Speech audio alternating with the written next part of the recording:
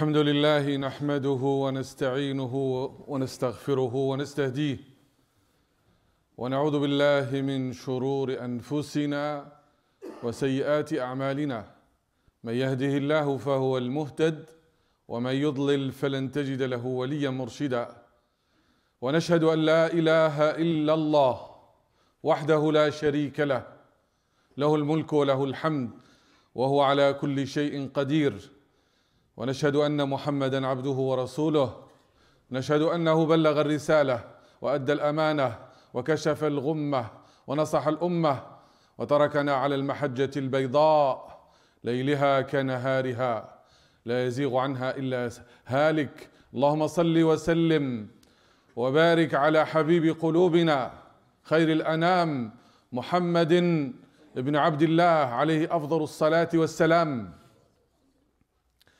إن المتقين في جنات ونهر في مقعد صدق عند مليك مقتدر. إن المتقين في جنات وعيون آخذين ما آتاهم ربهم إنهم كانوا قبل ذلك محسنين. اللهم اجعلنا من المتقين واجعلنا في جنات النعيم. أما بعد، فعن ثوبان رضي الله عنه قال: لما أنزل الله تعالى في الذهب والفضة ما أنزل، قال الصحابة رضوان الله عليهم لرسول الله صلى الله عليه وسلم: أي المال نتخذ يا رسول الله. Quand Allah subhanahu wa ta'ala a révélé le verset sur l'or et l'argent, nous dit Thawban, les compagnons se sont demandé, ils étaient sensibles au verset révélé par Allah subhanahu wa ta'ala à son messager, et ils ont demandé au messager: quelle richesse devons-nous acquérir au messager d'Allah? لأن الله تعالى قال: والذين يكنزون الذهب والفضة ولا ينفقونها في سبيل الله فبشرهم بعذاب أليم. Allah a dit dans sourate At-Tawbah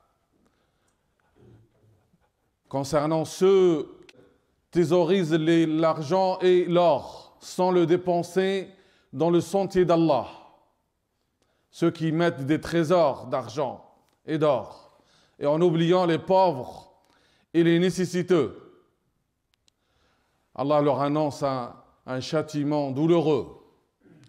Quand les compagnons ils ont entendu ce verset, ils ont demandé au prophète sallallahu alayhi wa sallam si la richesse et l'argent et les biens et le fait d'épargner sans dépenser, c'est aussi grave que cela, quelle richesse on doit laisser de côté.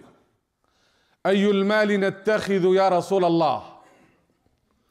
فقال صلى الله عليه وسلم: ليتخذ أحدكم قلبا شاكرا ولسانا ذاكرا وزوجة مؤمنة تعينه في أمر الآخرة، أو قال: وزوجة صالحة تعينه على إيمانه. Donc le prophète sallallahu alayhi wa sallam les a transportés dans un autre registre.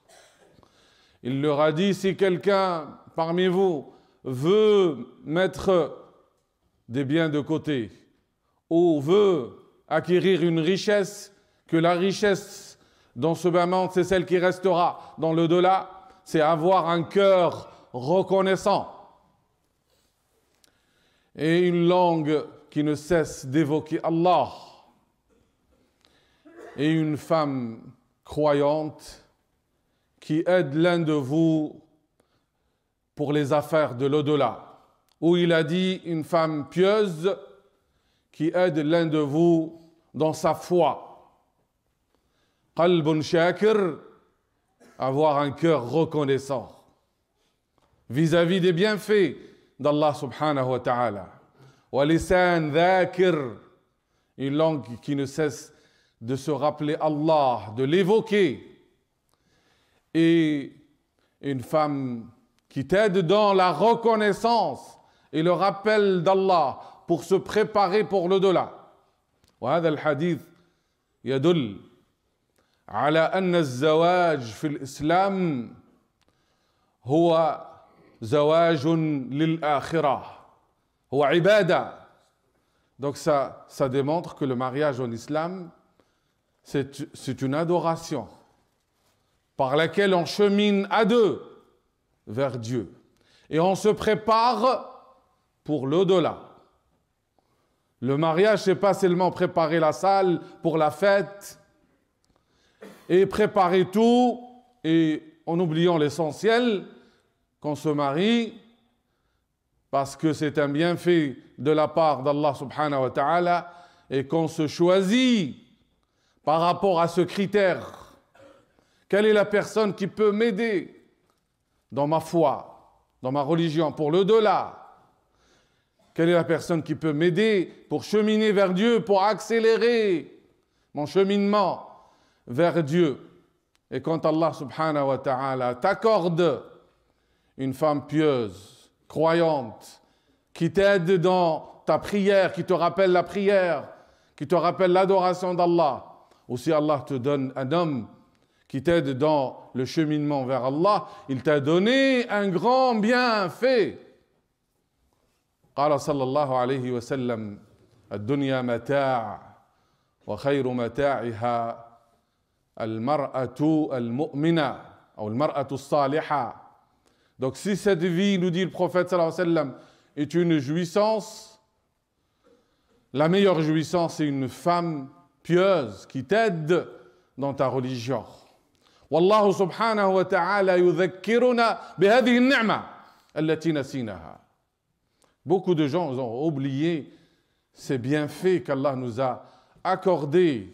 Quand Allah il t'accorde une femme pieuse, croyante, qui s'occupe de toi, il s'occupe de ta foi et de ton cœur, il s'occupe de tes enfants, sois reconnaissant envers elle, comme tu dois être reconnaissant envers Allah.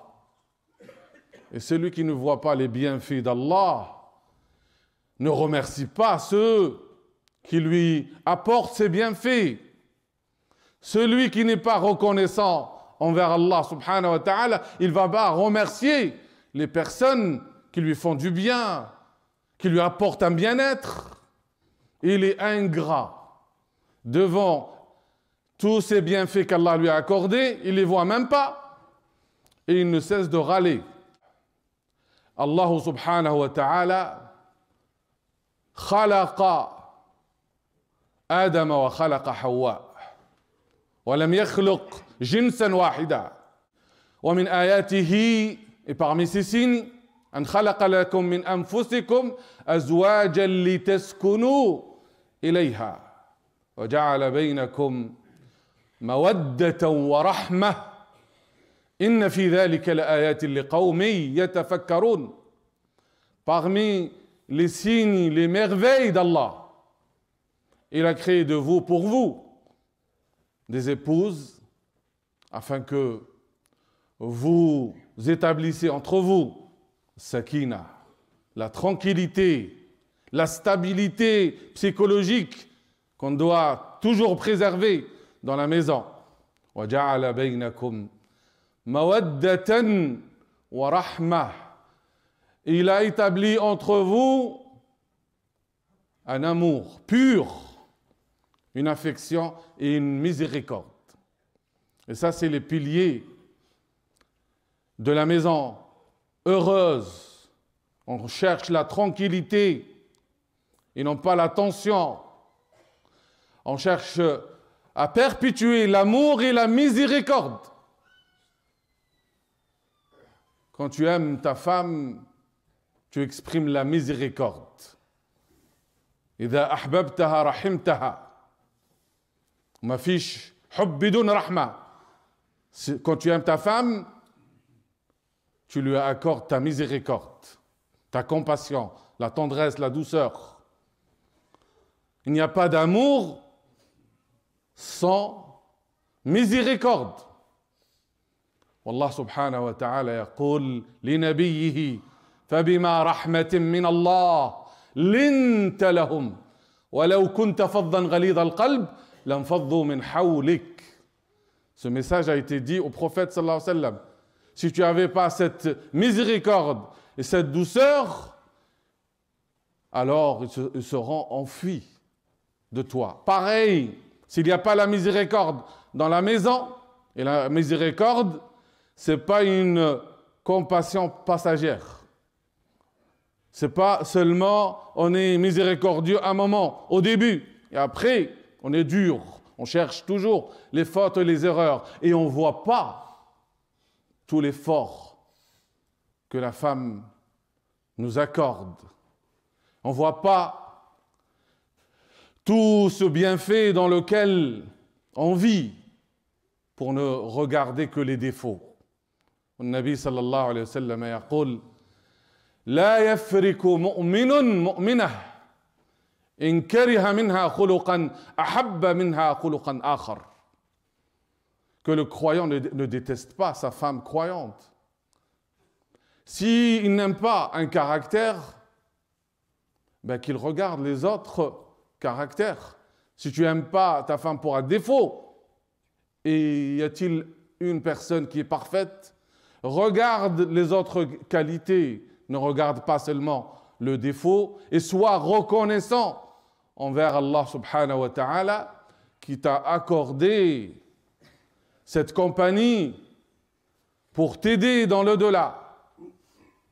قال النبي صلى الله عليه وسلم ما أكرمهن إلا كريم وما أهانهن إلا لئيم وقال صلى الله عليه وسلم خيركم خيركم لأهله وأنا خيركم لأهلي. Le prophète صلى الله عليه وسلم nous donne un critère pour montrer quel est le meilleur parmi nous. Le meilleur parmi vous, c'est celui qui est meilleur auprès de sa famille, auprès de sa femme et de ses enfants. Être meilleur, c'est pas montrer aux gens qu'on est un ange. Et puis à la maison, on se comporte comme un diable. On fait entendre les insultes et on exprime seulement le mécontentement. Aucune reconnaissance. Il n'y a pas de merci. Il n'y a pas de gratitude. Il n'y a pas de reconnaissance devant les bienfaits qu'Allah nous donne et devant les efforts consentis pour nous. S'il n'y a pas cette gratitude, évidemment, on se comporte comme des ingrats. Et c'est une ingratitude vis-à-vis d'Allah subhanahu wa ta'ala. Parce que toute personne qui ne remercie pas l'autre personne, quelle que soit l'autre personne, même celui qui te tient la porte, il t'a accordé donc une attention, il t'a rendu service, tu dois lui dire merci. Et le prophète sallallahu alayhi wa sallam, il dit Lam yashkurillah man lam yashkurin nas. Celui qui ne remercie pas les gens n'a pas été reconnaissant envers Allah subhanahu wa ta'ala. Anishkur li wa li walidayk. Sois reconnaissant envers moi, envers Allah et envers tes parents.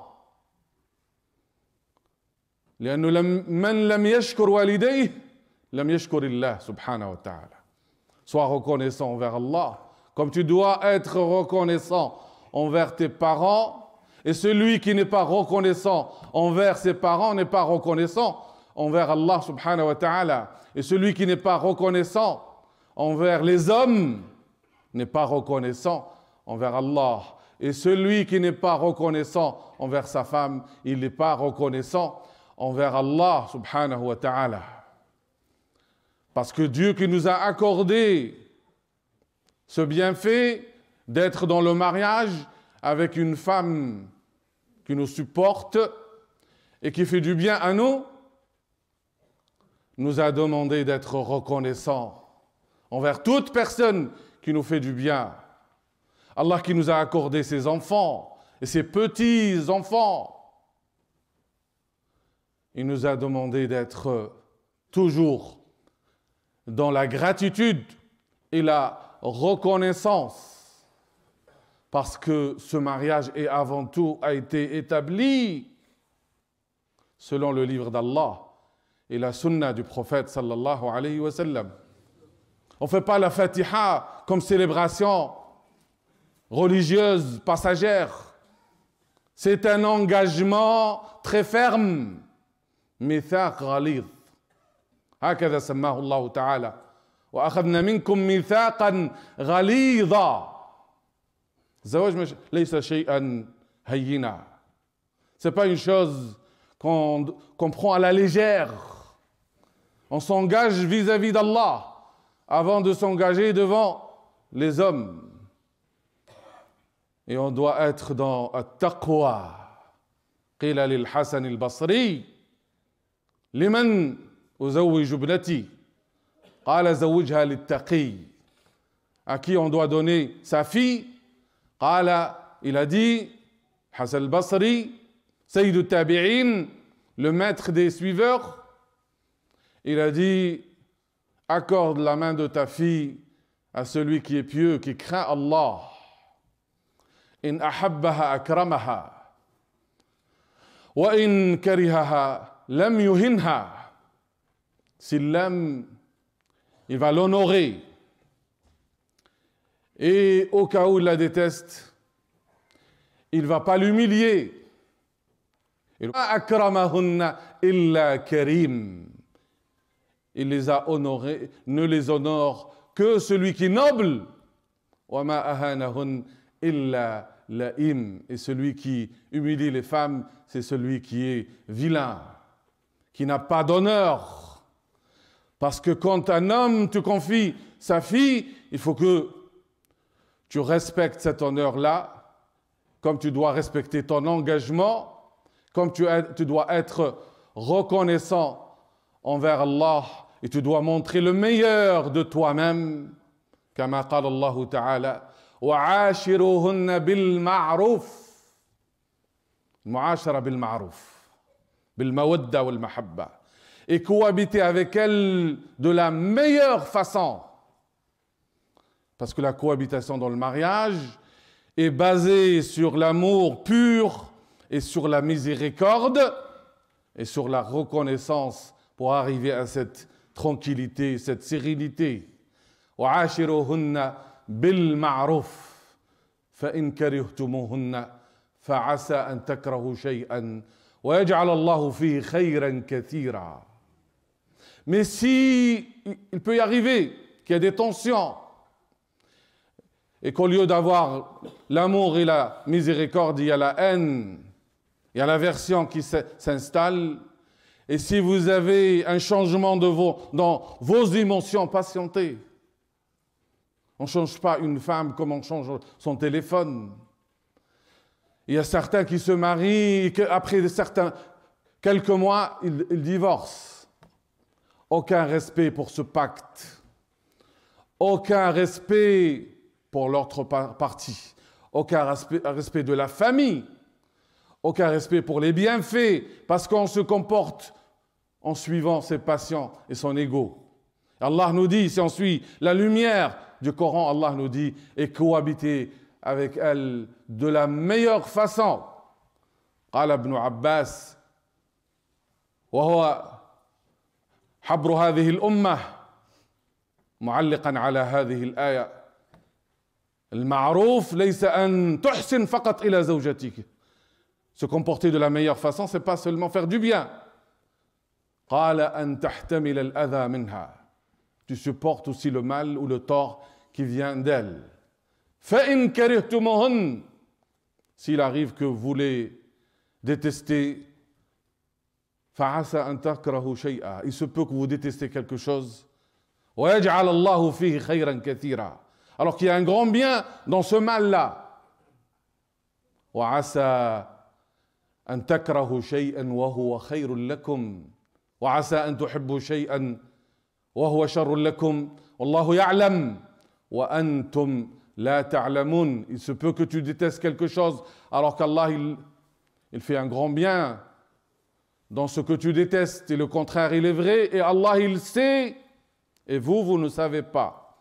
Le mariage, c'est une école dans laquelle on doit éduquer cet ego-là pour qu'il soit soumis à Allah et non pas soumis à nos passions et à nos désirs. On doit éduquer cet ego-là pour être dans la reconnaissance. Si vous voulez savoir quel est le facteur qui rend le mariage heureux, c'est la reconnaissance, c'est la gratitude. Dis merci à la personne qui te prépare à manger chaque soir, qui lave tes vêtements. Dis merci à la femme qui s'occupe de tes enfants. Dis merci à la femme qui t'attend, qui te rappelle, qui t'aide dans la vie et dans ta religion. Sois reconnaissant et comporte-toi comme quelqu'un qui a la miséricorde et non pas la haine et non pas la dureté, et qu'Allah adoucit nos cœurs et qu'il établit la miséricorde et l'amour et la tranquillité dans nos demeures. Innahu waliyu dhalika wal qadiru alayh.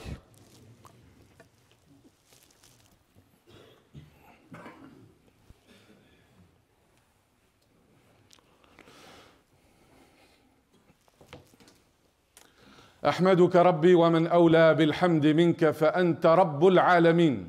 يا رب لك الحمد حتى ترضى ولك الحمد إذا رضيت ولك الحمد على حمدنا إياك. سبحانك لا نحصي ثناء عليك أنت كما أثنيت على نفسك.